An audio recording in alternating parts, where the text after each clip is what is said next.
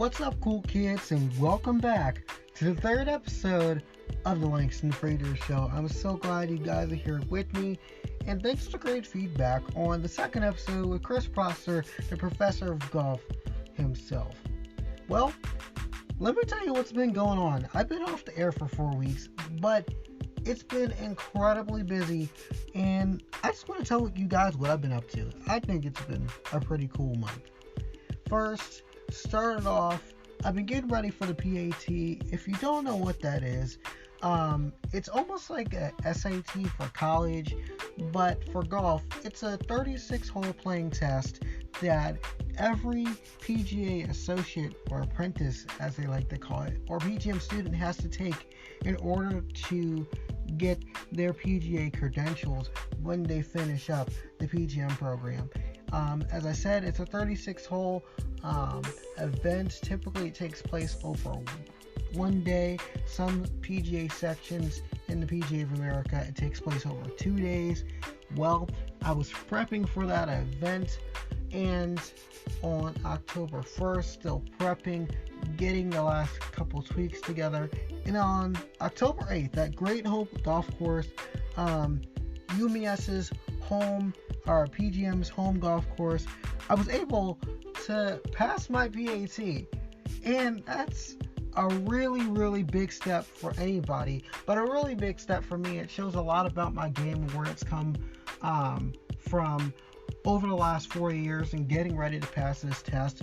I shot 83, 74, 157 to pass it with a bogey on the final hole.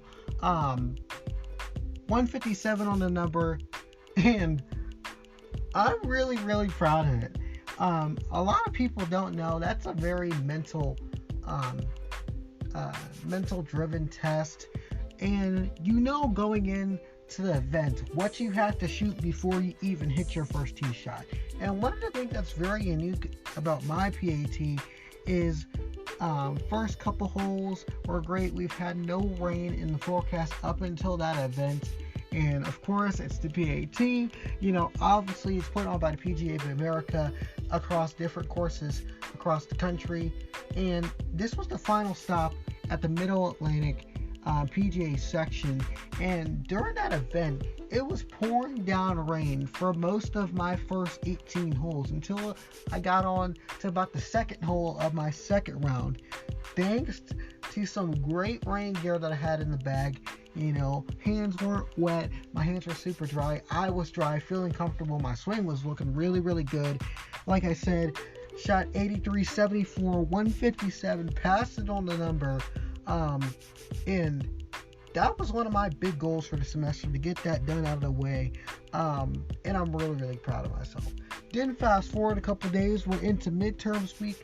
Obviously school comes first, it's very important to me, got those out of the way, and then we fast forward to later on in that week.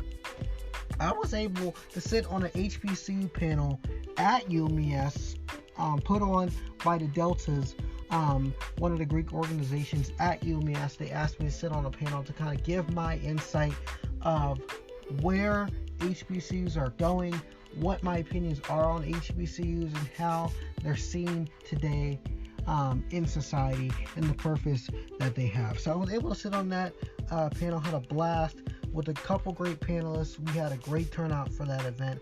I learned a lot, our guest learned a lot, and our audience was definitely into the conversations and the things that we talked about. Then we're jumping into sports, Washington sports for that reason. The Mystics of the city of Washington, D.C., the nation's capital, won the WNBA championship. The first time ever in league history that they've won that championship. I'm super proud to be from that area of the country. It's a real great win for DC sports. Then we fast forward to baseball. Baseball, obviously, we're wrapping up its tailwind of a season, and nobody thought that the Nationals were going to play really well, but they put us in a wild card game, and we won that game. So now we had the chance to face the Houston Astros in the World Series. And this is a really good opportunity for the Nationals to win their first ever World Series title. And I'm really excited about it. Obviously, for most of you who know the news by now, the Nationals dominated the first 2 games. And then the Astros swept in, have won the last 3, so we're kind of even right now. Astros have a little bit of a lead, so I'm hoping Washington will come back in the next couple of days and get the job done and get a World Series right here in DC. Fast forward to that, into another sport that the reason why we're here, Tiger Woods was in a very cool situation. He was able to tee it up with Jason Day, Hideki Matsuyama in Japan, and Rory McIlroy, one of the biggest superstars in golf today, and was able to play in a skins match. Tiger Woods played really, really well. He didn't peak, but he played really consistent golf. Jason Day actually ended up winning the tournament in that skins match, kind of giving him a preview of the first ever PGA Tour sanctioned event in Japan, the Zozo Classic. And little did we know, we are in for a special treat. Tiger Woods starts his tournament off with three bogeys in a row. Then comes back with a slew of birdies, sprinkle in, of course, a couple bogeys.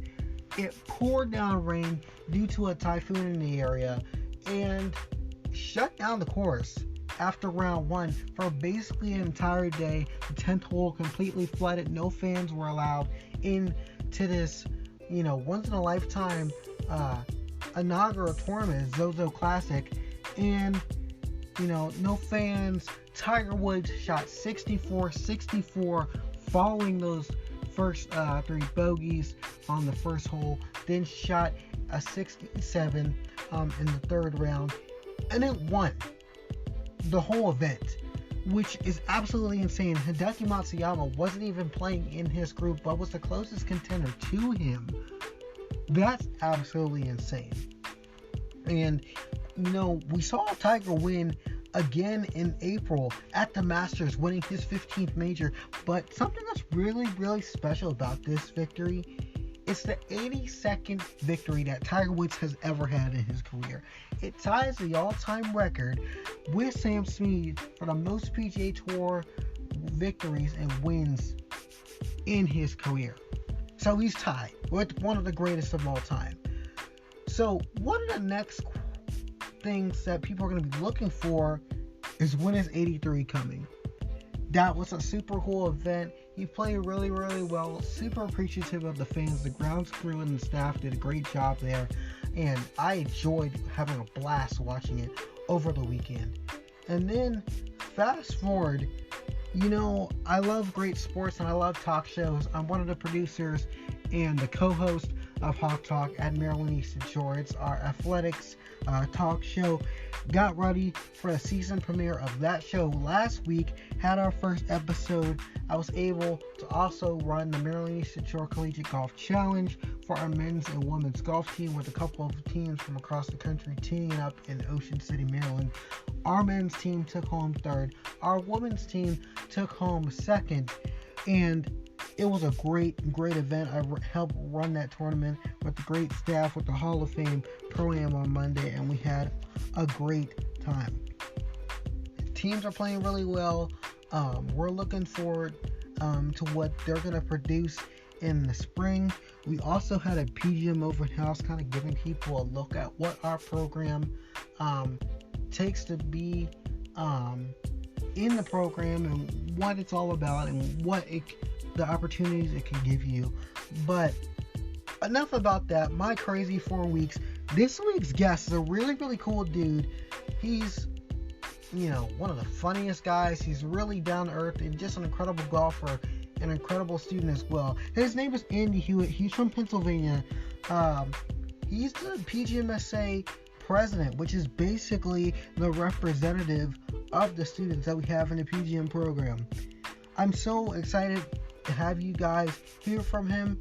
And with that, let's dive into the 3rd episode of the Langston Frazier Show. I'm so glad to welcome the president of the PGMSA at UMES. He's a senior at the university, Andy Hewitt. Welcome to the show. Thanks for having me, Langston. I really appreciate it, man. So let's dive right in. And what's your story? How'd you get into the golf industry? What led you to UMES and where you are today? Yeah, so I was going to college in Pennsylvania at a little school called Westchester University. I was a big ice hockey player. I wasn't really a big golfer at the time. I had worked at a golf course since I was a junior in high school, but just like outside staff, doing the little things, cleaning clubs, things like that. And my hockey career kind of came to an end with some injuries, and I decided that I didn't want to go into the business and sit at a cubicle from 9 to 5 every day. So I took a semester off, started working full time at that golf course, Hartfeld National, and the head pro was generous enough to give me a internship in the golf shop. And I was working 40 hours a week for 7 months, and I absolutely fell in love with it. I wasn't going to work; I was just going to the golf course to hang out with everyone there, talk about golf. It's just a lot of fun. So that's kind of how I got into the industry. The way I found myself to UMES was I was doing some research. I did some research on doing the apprenticeship route and things like that. And I talked to my head pro, and he was a Penn State PGM alumni. He, Nice. he, and, yep, and he told me that PGM program was the way to go. So I visited UMES and talked to Billy, talked to Chris, talked to the students. Loved it, fell in love with it, and here we are 4 years later and still love it. That's pretty cool. Because a lot of people, when they say they're gonna go to a golf course and just work, they're just like you said, they're hanging out at a golf course, with their members, with their friends. They don't really think about turning, as cheesy as it is, a passion into a career.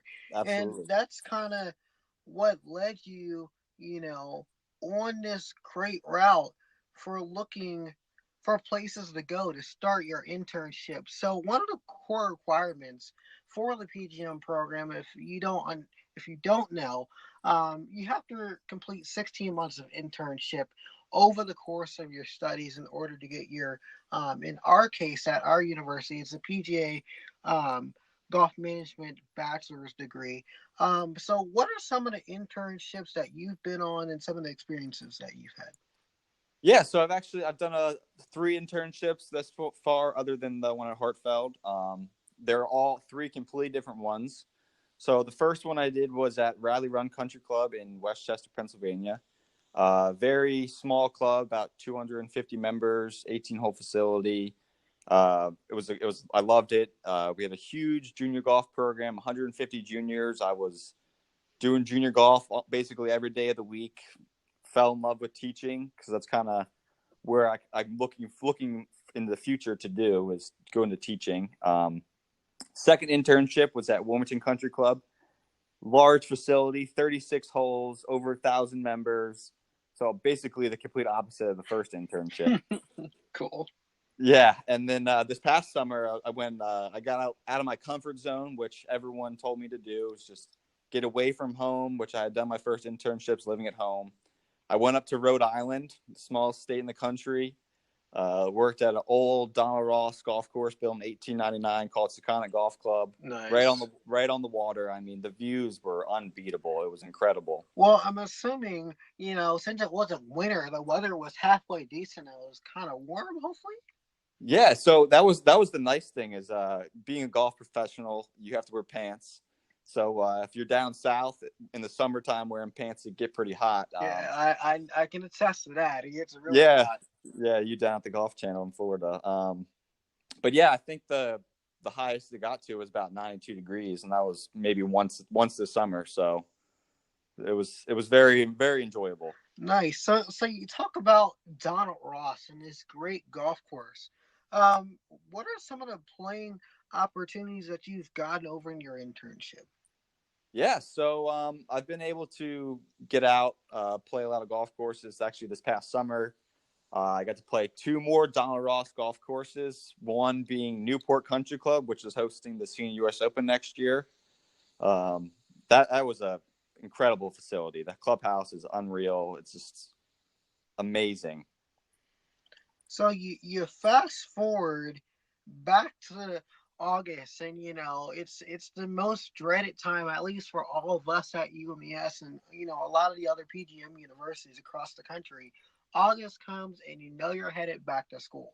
So you head back to school, and we're well off into the semester. And one of the things that we enjoy doing with the program, and as well as the other programs across the country enjoy doing, is setting up tournaments for our students to get to play some of the local golf courses in the area. If they have their own university golf course, sometimes they play their own university golf course.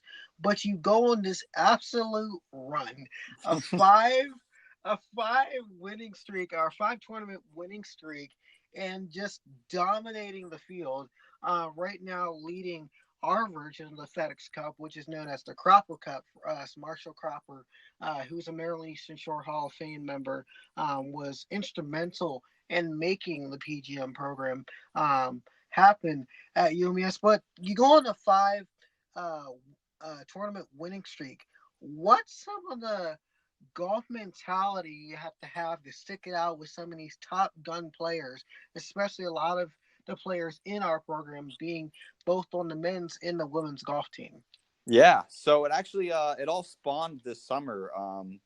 I played a lot of golf basically every day, so that helped. Got my first lesson ever, which also helped. Whoa, And whoa, whoa, whoa, whoa! What? yeah, the summer I actually had my first golf lesson. That's cool. So that's something really unique. Because a lot of players that I meet, and I know myself, I've been taught up with taking lessons and first tee, and private lessons and public lessons, but completely self-taught. That's pretty cool. Yep. And so I had a couple rounds right at like 72, it was a par 70 this summer, so just a couple over par. And then I had one round where I made an eagle in the third hole, and I just kept it going. Ended up shooting 69, so 1 under. And there was one day after work, I went out, started playing, was playing pretty well, making some pars, made a couple birdies, a couple bogeys. I started on the fourth hole, and I get to the 18th hole and I have a birdie putt. I make it, and I count on my score, and I'm 3 under par. Nice. And I still have 3 holes to play to get my 18 in, and it's the sun is set at this point, so it's pretty much dark out. So I'm like, all right, I gotta finish. This could be my lowest round ever. Yeah. I get out, bogey the first hole, Okay. make a par on the second hole, which is a par 3, and the third hole, which is a par 5. I mean, it is pitch black at this So point. you're going off of all feel, and maybe if you're playing with like a bright colored golf ball and maybe a cell phone light is what you're doing here. Yeah, absolutely. So get to the par 5. I mean, I hit a great drive, and I was like, oh, it's probably in the right rough, maybe in the fairway. Get up there, like walking down the rough line. I don't see it. I look over, can see this little white speck in the middle of the fairway. I walk over. That's my golf ball. So That's pretty cool. yeah, rangefinder doesn't work at this point at night because it's so dark. So I find a sprinkler head, pull 6-iron, hit one. No idea where it went. No Okay. idea. Yeah, that's always a good thing. Yeah, so I walk up. I was like, oh, I think it cut a little bit. I'm being left-handed, so I'm checking the left side and the bunkers, and I look on the green. It's pin high, about 6 feet from the hole for eagle. Nice. That, Roll it that in. Roll it so in for the eagle to shoot 66 4 under, which is my lowest round ever. 66 4 under. So I'm guessing, you know, Pennsylvania golf is, everybody likes to call it, oh, I play the best in my home state. But you had to go out of the state to find some of your best golf. Yes. Yes, So I did. moving forward, you come back to UMES, you get those 5 tournament leads. We get a couple breaks between the tournament schedule with the rain and a couple events going on.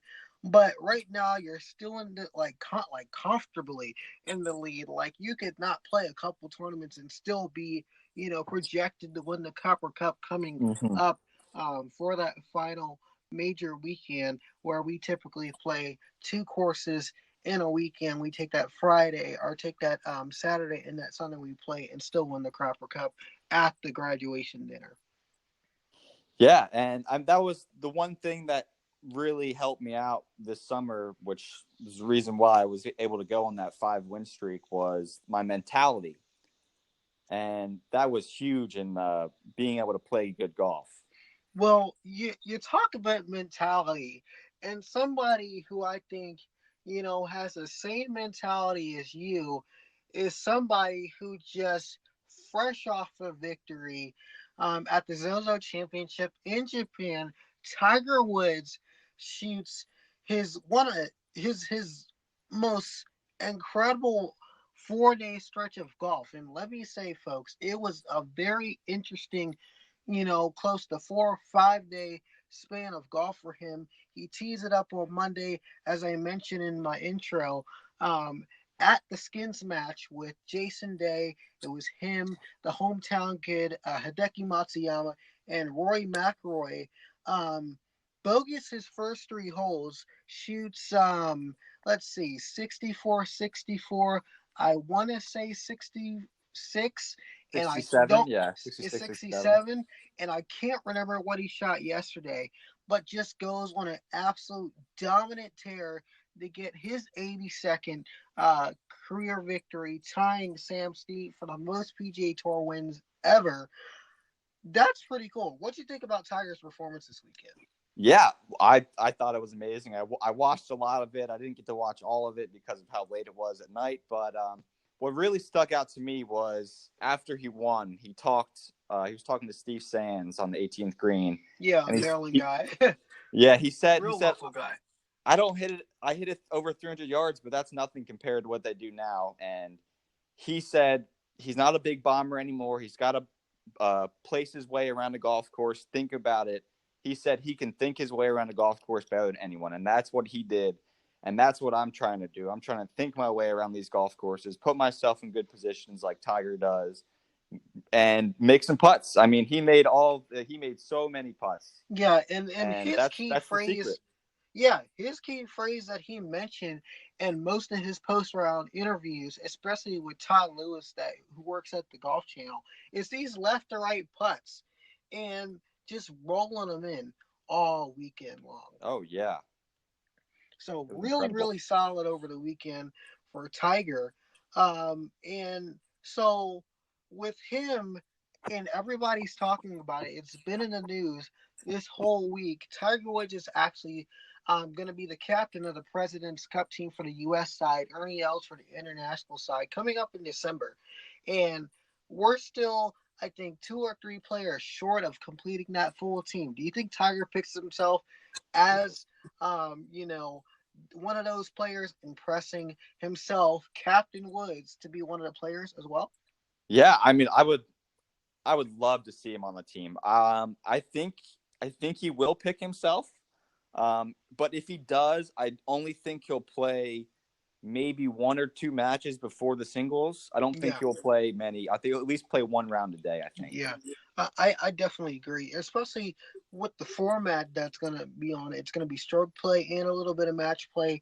Both really consistent records for both styles for Tiger Woods. So I'm looking forward to it.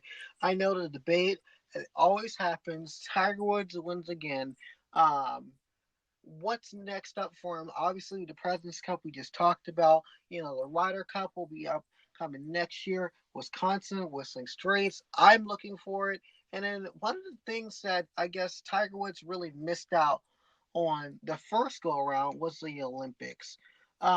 He's starting to put himself into contention to actually qualify for the Olympics. And I don't think that's something that Tiger Woods has ever really thought about. The 82 tour victories, the 15 majors.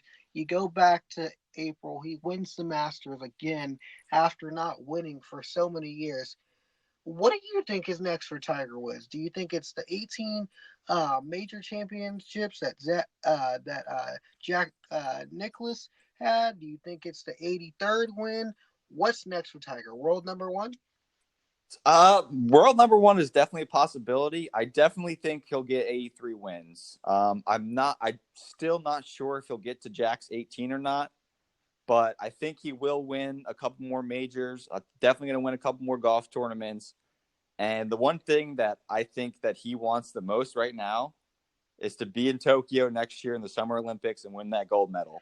I agree. And one of the things that was mentioned over the broadcast that I was watching, and you're both watching, the Olympic venue that they're playing the golf course at is only 45 minutes away from where he won this weekend. So Yeah. he's looking in in really good shape.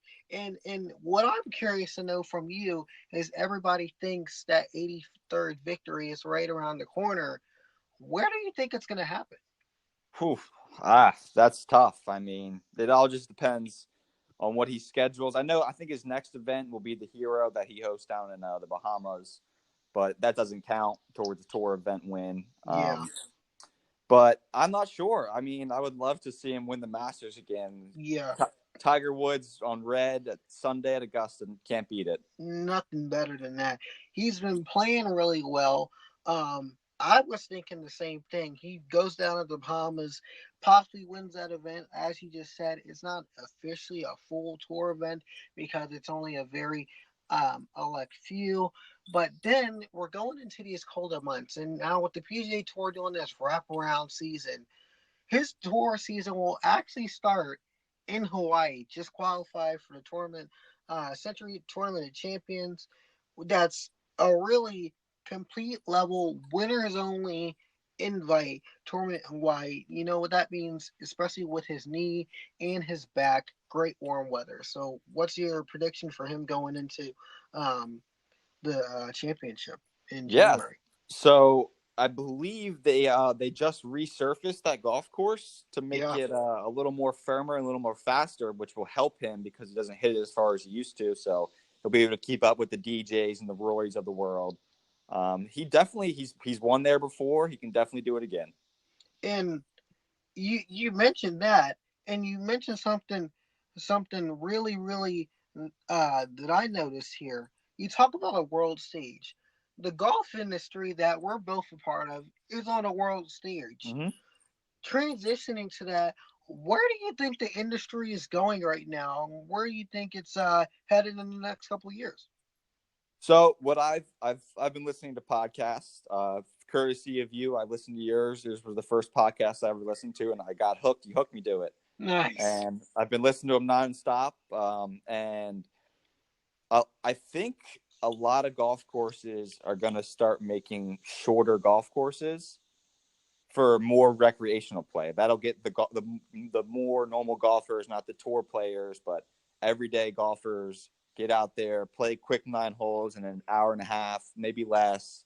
And I think that's where the industry is shifting. I think it's shifting into more relaxed rules, untucked shirts, And jeans. and you say that, and one of the things that more relaxed rules, more casual style of golf. One of the things that I think of that might be a non-traditional form of playing golf and getting people introduced to the world of golf is Top Golf. I love Top Golf, Absolutely. and part of me, as the young guy, millennial, 22 years old, says, "Hey, I want to go to Top Golf with my friends on a Friday night. I'll gladly stay in 2 hours in line, hit two Yeah, hours, have some drinks, hang out with my friends, and just enjoy my time."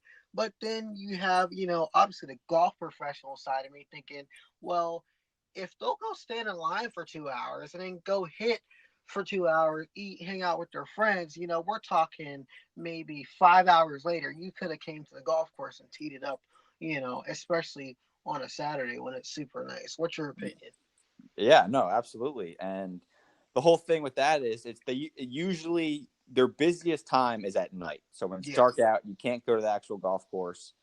Um, so I think you're going to start seeing more facilities with lights, so you can actually get more tee times in. Also, I think, well, this is me personally. What I would like to do is maybe one day open an indoor pitch and putt facility. So like a 50 yard less holes and then indoors you can have drinks with your buddies, go out, have some fun, but you're still out there playing golf. That that I think would be a really good idea. I would actually buy into that idea. So Yeah, whenever you make it happen, let me know. I want in. I'll But give you a call. hey, give me a call. I would love to be a part of it.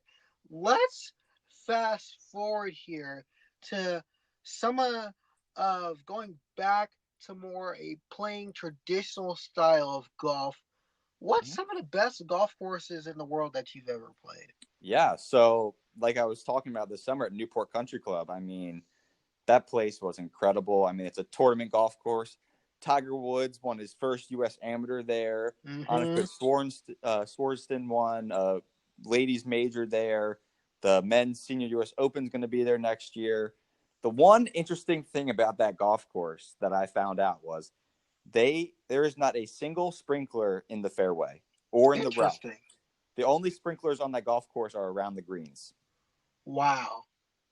And now that I think of it, I can see that because with the conditions for the most part of the year being cool, it's not super super hot during the summer. Mm-hmm. You have your cold winter, so the grass can heal up and still kind of go into the dormant mode as we like to call it for golf and still be green when spring and summer hits. I think it's great.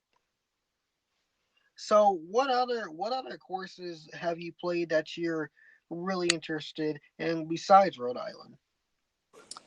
Yeah, so I sorry, I broke up there. I didn't really hear much you said. Yeah. So what courses are you also a part of your favorite golf courses that are also just not in Rhode Island, but some of the other places in the country? Yeah, so there's a golf course in South Carolina called Congaree Golf Club. It is a philanthropist built golf course. So what they did was, to be a member, you have to make a donation to the Congaree Foundation, and that just gets you into the club. You also have to donate a certain amount of hours of your time to help mentor kids that are underprivileged. And the golf course itself, I mean, was incredible. We played from the back tees. There was 7,800 yards of absolute pure golf course. Nothing better. Yeah. So you play there at Congaree, and you're coming back to these school conditions. Obviously, we're looking forward to getting this degree and having, I think, in my opinion, some of the best initials behind your name you could get in the world. Yes. Where do you see yourself after graduating from UMES and obtaining that PGA membership? Yeah, so I mean, there's multiple places I could see myself. I could see myself in the area, the Ocean Cities, the Rehoboth Beach area. There's tons of great golf courses. I could also see myself being back home in Pennsylvania, where there's Marion, Aronimink, Bitterman, Wilmington, all of those fabulous facilities right there in that little area. The one place I haven't been that I really would like to go is out west. I've never played golf out west, and that's one thing that I'd love to get out there. I'd love to travel and see what it's like. Yeah, me either. I guess you can consider, Colorado the gateway to the West. Obviously, been lucky enough to work at the Broadmoor, former host of the U.S. Senior Open. Incredible layout. But I haven't really been on the other side of the Rocky Mountains, and I would definitely love to get there one day to play some golf. Yeah, me too. Well, Andy Hewitt, president of the PGMSA at UMES, also a senior as well in the program. Thanks for being on the show. Yeah, thanks for having me, Langston. It was a lot of fun, man. Hopefully we can do it again sometime. Of course. Cheers, mate. Cheers.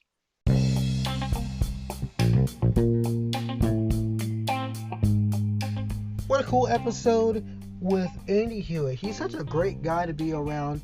I really enjoyed having him on the show, and he's definitely going places in his career.